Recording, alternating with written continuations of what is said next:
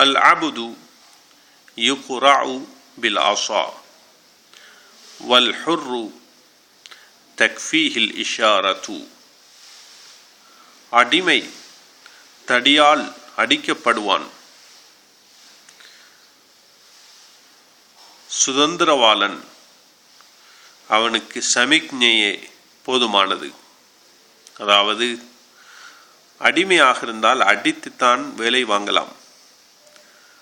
ஒரு சுதந்திரமான ஒருவன், அடிமையற்ற சுதந்திரமான ஒருவன் அவனுக்கு சுட்டி காட்டினால் அல்லது சமிக்ஞை செய்தால், சாடை செய்தாலே போதும், அவன் அந்த வேலையை செய்து விடுவான்.